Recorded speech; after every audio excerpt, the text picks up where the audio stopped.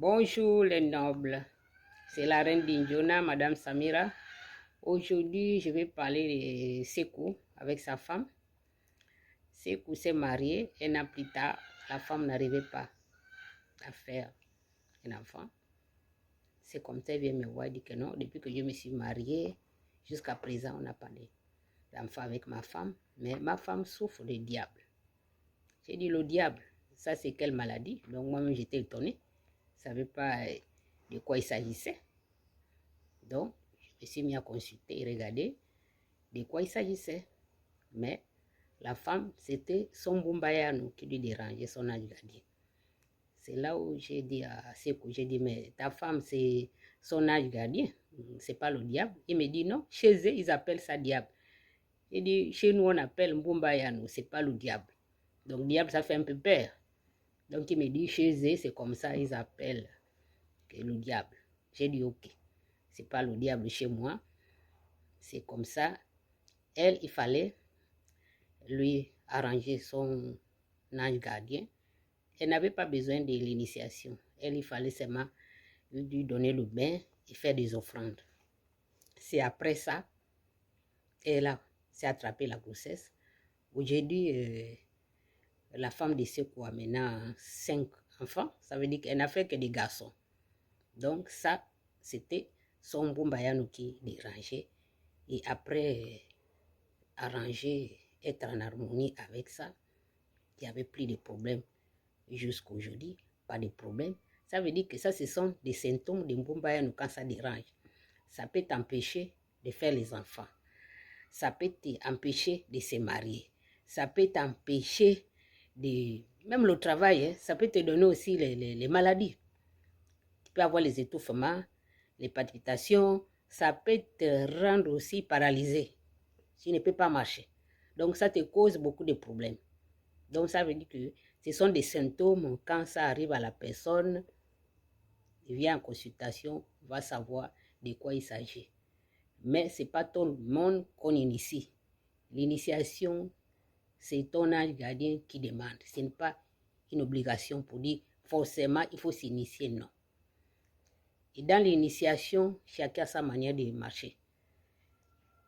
Il y a des gens, ils n'ont pas besoin parce qu'il y a beaucoup, et après l'initiation, ils restent dans le temple, ils deviennent esclaves. Tu n'es pas esclave quelque part.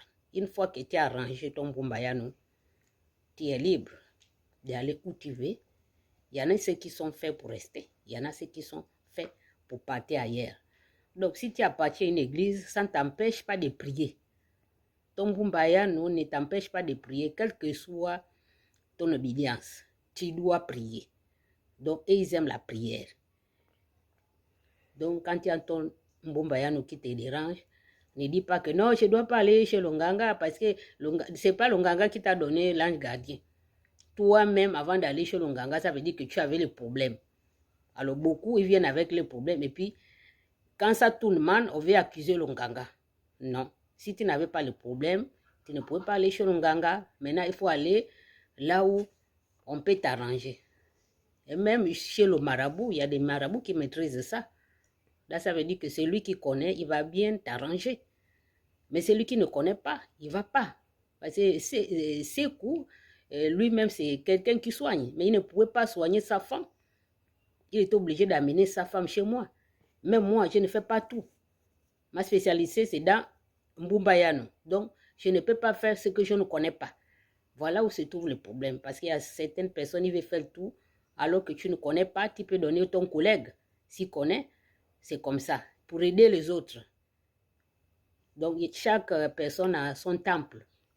On ne doit pas discuter les enfants. Ce n'est pas bien. L'enfant qui est fait pour toi va rester chez toi. Celui qui n'est pas fait pour toi, il va partir. Donc, on ne prend pas un enfant forcé. Et l'enfant aussi doit respecter sa mère. Parce qu'aujourd'hui, elle laisse aller. Hein, elle manque de respect. Tu as initié quelqu'un, il fouille et puis il manque de respect à sa mère spirituelle. N'allez pas vous créer des problèmes, allez s'initier partout, partout. Après, maintenant, votre mère devient votre ennemi.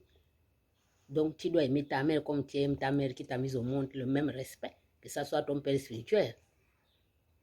Exemple, moi, ma mère spirituelle, elle est morte, mais je l'ai toujours respectée. mon père spirituel aussi, parce que j'en ai eu 4. Vous voyez? J'ai eu aussi en Afrique de l'Ouest, je suis l'enfant d'un shérif, mon père spirituel. Donc ça veut dire que ce que Dieu m'a donné, je le respecte. Merci, c'est la reine d'Injona.